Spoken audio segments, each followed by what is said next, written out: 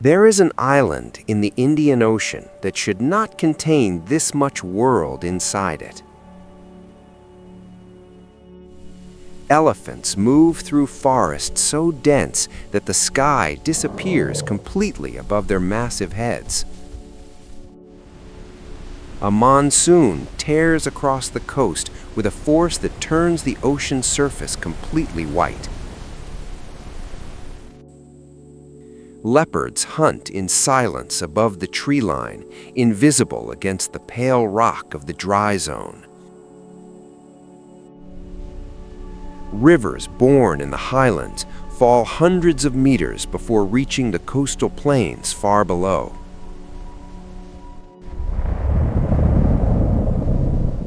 Blue whales feed in water so close to shore that fishermen can hear them breathe from their boats.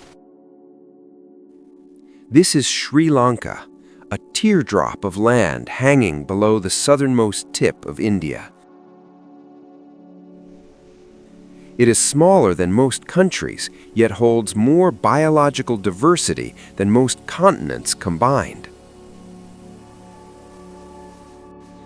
Within a single day, you can travel from alpine mist to tropical reef without crossing a border.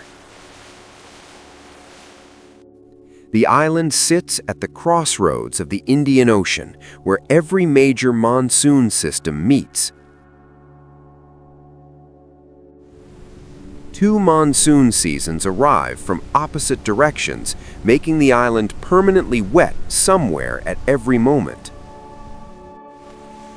In the dry zone, the land turns to cracked earth and rivers reduce to shallow, scattered pools.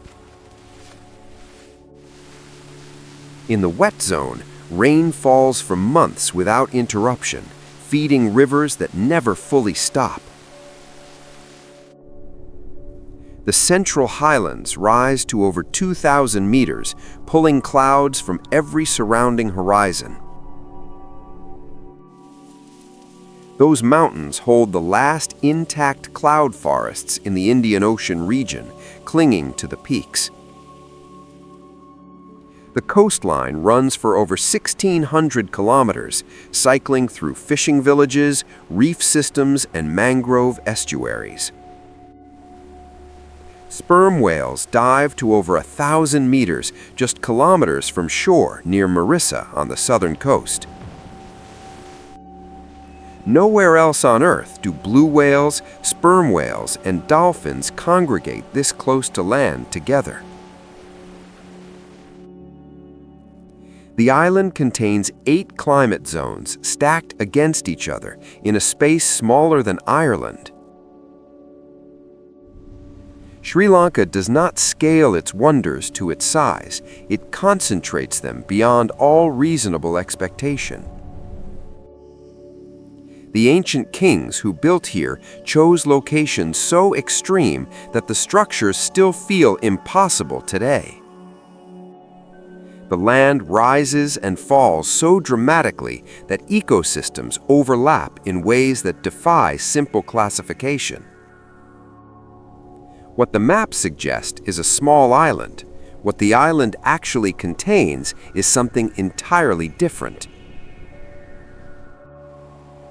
Sri Lanka is not a destination you choose and then understand.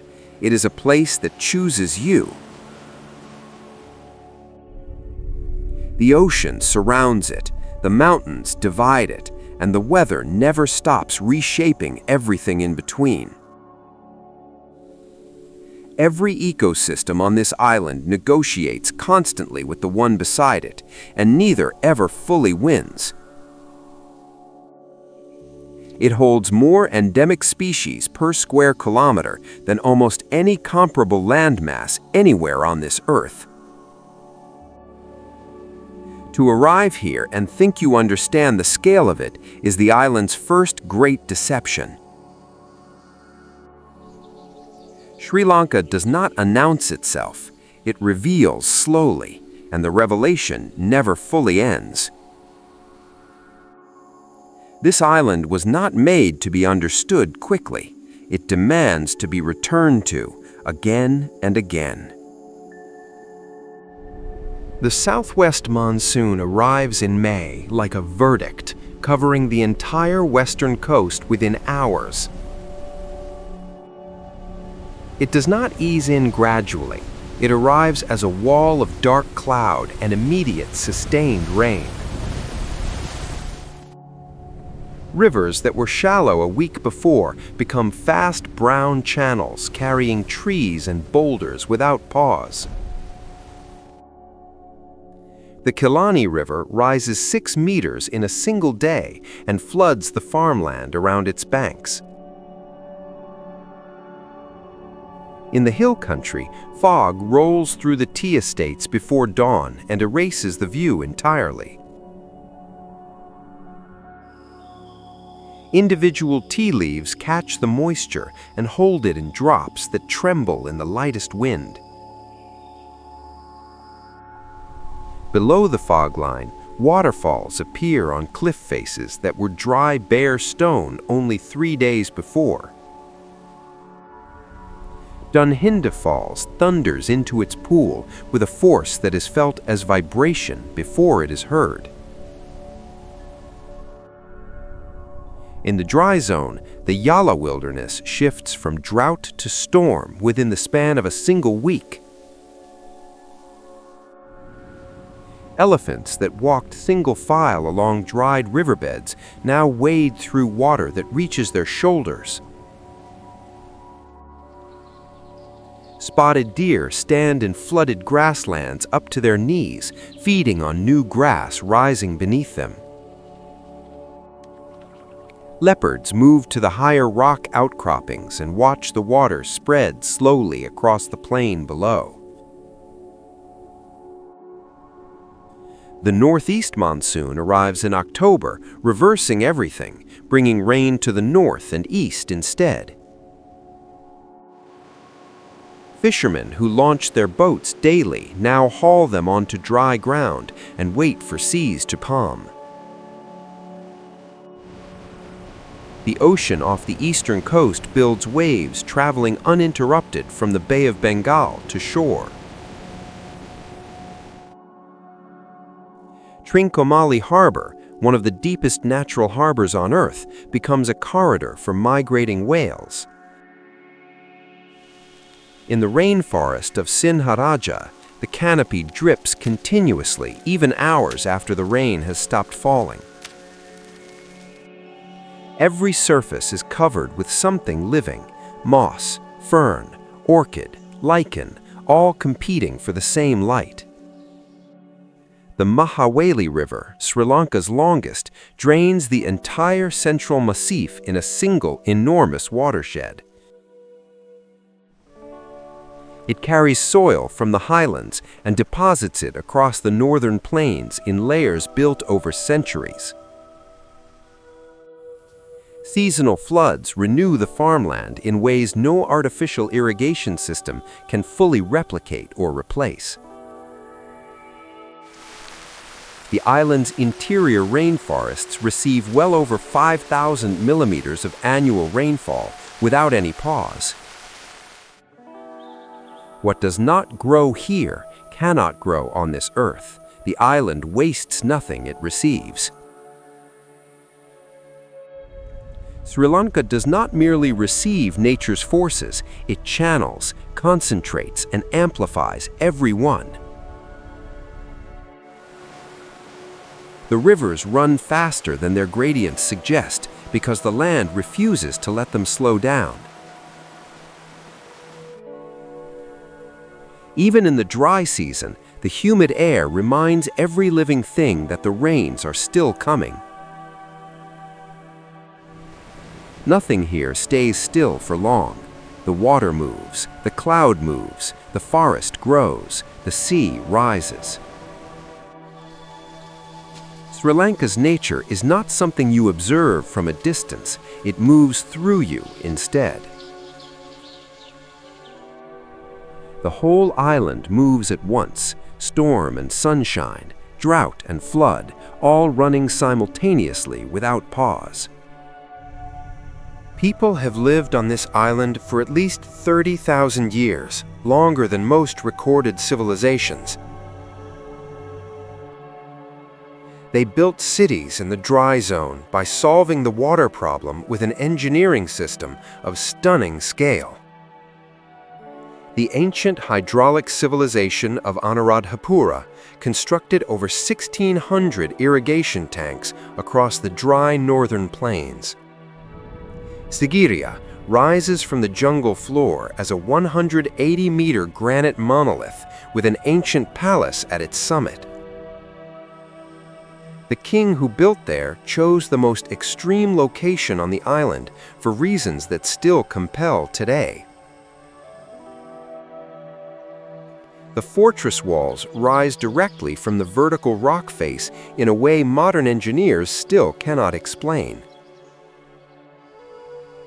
Polonnaruwa was built by kings who had to fight both the jungle and the dry seasons simultaneously. They brought water to the city through channels cut by hand across terrain that resisted every tool. When the monsoon failed, the tanks dried, the crops died, and the city had to move or perish. Anuradhapura sustained over 100,000 people for 1,000 years in the unforgiving dry zone. When it fell, the jungle moved in within decades, reclaiming everything the civilization had constructed. The fishermen of the south have balanced on stilt poles in the shallow reef for many generations. They sit above the water at low tide and cast their lines into the current below their feet. The stilt is a precise solution to fishing in reef water too shallow for any kind of boat. Sri Lanka's tea industry was built on high mountain slopes after a coffee blight destroyed everything before it. The workers who planted the first tea bushes in the 1860s worked on slopes so steep they used ropes. The descendants of those workers still move through the same estates, their hands faster than the eye follows. Tsunami waves reached over 9 meters along the south on December 26, 2004, erasing entire coastal villages. Communities rebuilt directly on the same ground because the ocean is also the source of everything they need. The fishermen of Hambantota returned to the water within weeks because the sea gave them no alternative. In the northern Vani, decades of conflict left the landscape scarred with earthworks and abandoned settlements. The forest moved back with a speed that revealed nature's complete indifference to human conflict. Sri Lanka has survived monsoons, invasions, droughts, tsunamis, and civil war, and the island continues. The people here do not simply endure what the land delivers, they have always built inside of it. Every structure on this island was built in negotiation with the soil, the rain, and the seasonal wind. The ancient tanks still hold water because the engineers who built them understood this land completely. The ruins at Polonnaruwa are not a memory of failure, they are a record of extraordinary ambition. Sri Lanka's civilizations fell not from weakness. Forces larger than any city overwhelmed them entirely. And yet the people returned, rebuilt and planted because the land made that impossible choice obvious. The leopards of Yala hold the highest density of wild leopards recorded anywhere on this planet. They do not avoid the roads that cross their territory. They walk them at night without concern. A full-grown Yala leopard will drag prey heavier than itself up a vertical rock face without hesitation. Blue whales feed off Mirissa in warm, clear, shallow water, close enough to shore to be heard. These are the largest animals on Earth, surfacing within sight of the coast in numbers that still astonish. When the seasonal current arrives, it brings an upwelling, feeding every level of the marine food web. Sperm whales hunt at depth and surface near boats with the indifference of animals with no natural predators. At Mineria, elephant herds exceeding 400 gather dry season at the reservoir's shrinking edge. This is one of the largest elephant gatherings on Earth, driven entirely by the water's retreat. A dominant bull can weigh over 5,000 kilograms and control the movement of the entire herd. In Sinharaja, a mixed-species bird wave of over 20 species moves through the canopy together as one. Each species occupies a different forest layer, feeding at different heights, never competing for the same food. The purple-faced langur moves through the wet zone canopy with a precision that seems to defy gravity. Sri Lanka holds over 200 endemic vertebrate species found here and nowhere else on this earth. When the northeast monsoon peaks, the northern coast receives some of the highest waves in the entire region. Fishing communities have read these wave patterns for generations and know exactly when to launch or wait. Giant sea turtles return to nest on the exact beach where they themselves were born decades before. 5 sea turtle species nest here, guided by magnetic memory of their birth coordinates to the exact meter. When the rains stop, the dry zone erupts into green that lasts weeks before the sun reclaims it. Sri Lanka does not offer its wonders in sequence, it delivers everything simultaneously and without order. Every system here runs at full intensity at the same time, in the same compressed, impossible space. The ocean rises, the forest floods, the leopard moves, the blue whale breathes, all of it at once. Sri Lanka is not waiting for a dramatic moment. It has always been the dramatic moment. This island does not end, it simply continues, wet and wild and entirely on its own terms. The jungle takes back the ruins, and the ruins hold the jungle, and neither one wins the argument. The fisherman casts his line in the same water his grandfather used, and the ocean still provides. Water from the tank is strong today. Yes, the seedlings are Every taking generation makes the same agreement with the same island, Yes, that's and it. the We're island learning well. always holds its side. Sri Lanka was not made for passing through. It was made for those who come back and stay. This is not a small island.